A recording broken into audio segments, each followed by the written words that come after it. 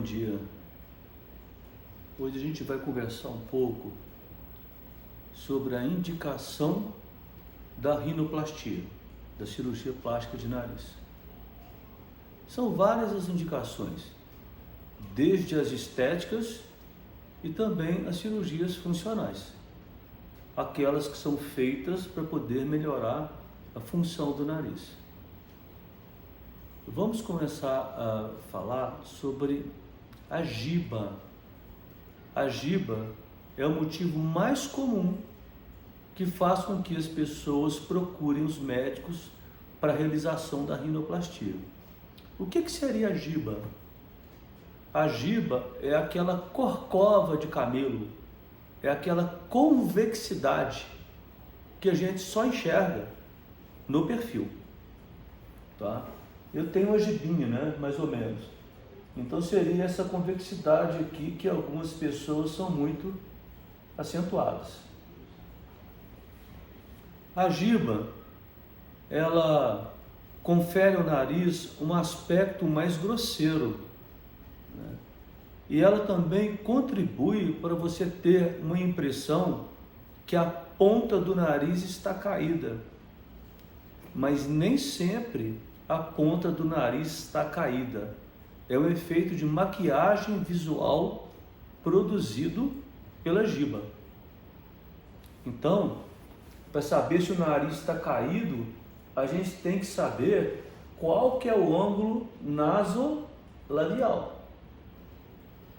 Se o ângulo tiver 90 graus ou menos, o nariz pode estar caído. Mas existem, por exemplo, pacientes que têm um ângulo de 100, 110 graus e falam: doutor, eu quero remover a giba e eu quero rodar, arrebitar a minha ponta, fazer esse movimento. Mas isso não pode ser feito, porque se você fizer isso, você vai deixar o paciente com aquele nariz de porquinho. Você tem que explicar para o paciente que você mediu, né, o ângulo nasolabial e o ângulo está correto para o sexo feminino ou masculino, né, está de acordo com as características estéticas ideais para aquele sexo em específico. Explicar que você só removendo a giba vai dar uma impressão que o nariz arrebitou um pouco. Porque se você remover a giba e arrebitar o nariz, no caso da pessoa já ter um ângulo adequado, você vai fazer aquela pessoa ficar com o nariz de porquinho, nariz arrebitado. Você que pretende ter um nariz bem feito para sempre e pretende fazer então, por conseguinte, uma rinoplastia, é muito provável que dentre os seus objetivos esteja a remoção da giba, que é aquela corcova que a gente só percebe quando a gente olha alguém de lado, de perfil, é aquela convexidade do perfil. É interessante que você saiba sobre a giba, para que você não tenha assim, medos irreais a respeito da remoção da giba. Muitas pessoas perguntam para mim se vai ser muito dolorido a remoção da giba, porque a giba é uma estrutura óssea. Para começar, a giba ela pode ser óssea, ela pode ser cartilaginosa e ela pode ser osteocartilaginosa, ela pode ser mista. A maioria das gibas tem um componente osteocartilaginoso, porque a metade de baixo do nariz é cartilaginosa, move, a metade de cima é óssea. Então, geralmente, a giba está no encontro da porção óssea com a porção cartilaginosa. Então, a maioria das gibas é osteocartilaginosa. E eu observo que muitas mulheres me perguntam, e homens também, né? Quem quer que seja que faça a rinoplastia, doutor, mas vai ter que quebrar o meu nariz? Eu demorei muito tempo para perceber que as pessoas tinham uma noção errônea a respeito de como que você fazia para poder remover o excesso ósseo. Depois de muito tempo eu fui perceber que tinham pessoas que acreditavam, não sei de onde elas tiravam isso, que o médico dava uma retada no nariz do paciente. Não é assim não, pessoal. Existem várias maneiras de você remover a giba, tá? E por ser osso, não dói. Tem gente que, vai mexer no osso, então dói. Não, é ao contrário. Por quê?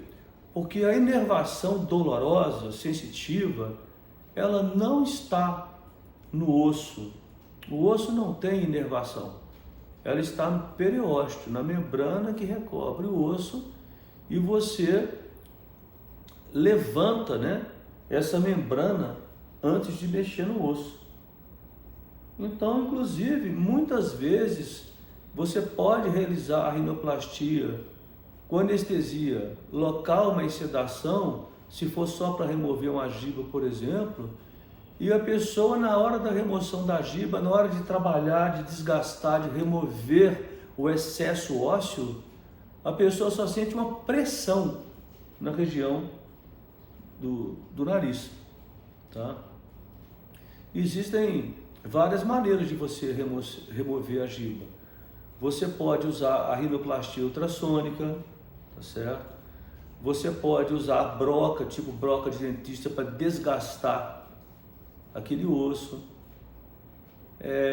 Você pode usar um instrumento mais clássico, mais convencional, que é a raspa, tá? São várias maneiras certas, vários caminhos levam a Roma. Cada médico tem uma preferência. Eu geralmente associo técnicas. É muito tranquilo ressecar a giba, não dói nada, mas o problema não é só a giba, é a consequência da remoção da giba. O problema, sim, que quando você remove a giba, você fica com o dorso aberto. É como se você tirasse o telhado da casa. Então, o dorso, ele que era assim depois da remoção da giba, ele fica assim. E ele fica mais largo e aberto. E o dorso aberto, além de ser inestético, você pode se incomodar quando bate o vento frio, você pode sentir alguns incômodos. Então você tem que fechar o dorso. Então às vezes a pessoa fala, doutor, o meu é só remover essa gibazinha aqui. Nunca é só remover a gibazinha, porque você tem que compensar, né, a remoção da giba, fechando o dorso para harmonizar e tornar o nariz funcional novamente. Então a remoção da giba não é uma coisa assim tão rápida, porque você tem que compensar, né? Você provoca uma alteração na estrutura nasal depois que você remove a giba, e você tem que reestruturar o nariz para que ele fique satisfatório de todo o ponto de vista, entende? Então dá um trabalhinho a mais. Eu só estou explicando isso porque a pessoa pergunta, quanto tempo vai demorar uma rino só para tirar uma giba? Se bem que uma rino só para tirar a giba é muito difícil de acontecer. Geralmente a gente faz mais coisas, né? Embora a retirada da giba possa até ser o principal, a sua queixa principal, muitas vezes existem outras coisas que a pessoa nem se dá conta que podem causar um benefício estético se acertadas, e a gente explica para a pessoa acaba enxergando e a gente acaba removendo a giba e fazendo essas outras coisas. Mas às vezes a pessoa que pretende tirar só uma giba, nos casos raros que isso acontece, se assusta de falar que a gente demora aí umas 2 horas para fazer isso tudo, que é por causa da reconstrução do dorso pós remoção da giba.